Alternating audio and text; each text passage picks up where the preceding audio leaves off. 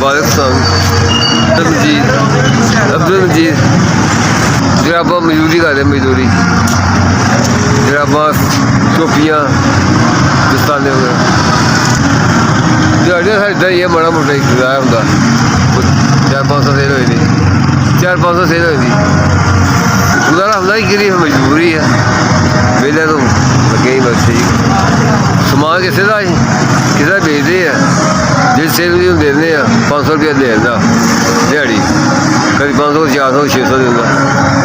दे 500 ही ज़्यादा नहीं दे के उन्हें समान जितना बेचिया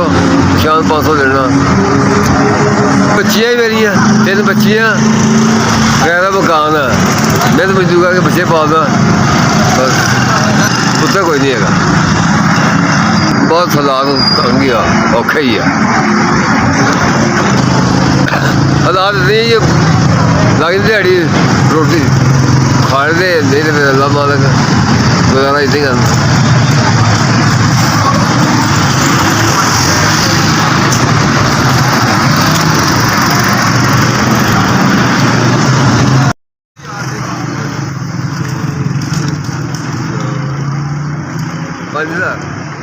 पाँच हज़ार जी इंशाअल्लाह ताला बड़ा मेहरबानी है 5,000 भेजिया ठीक है अल्लाह पाक बहुत देवे अपनी जनाब से बहुत अपनी सोच तो बहुत देवे अल्लाह पाक जिन्हें साड़ी इमदाद की अल्लाह पाक बच्चों को तंदुरुस्ती देवे सेहत देवे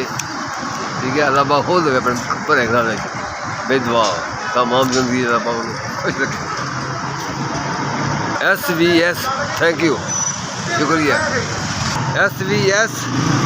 शुक्रिया मेरा गरीब का भला किया मेहरबानी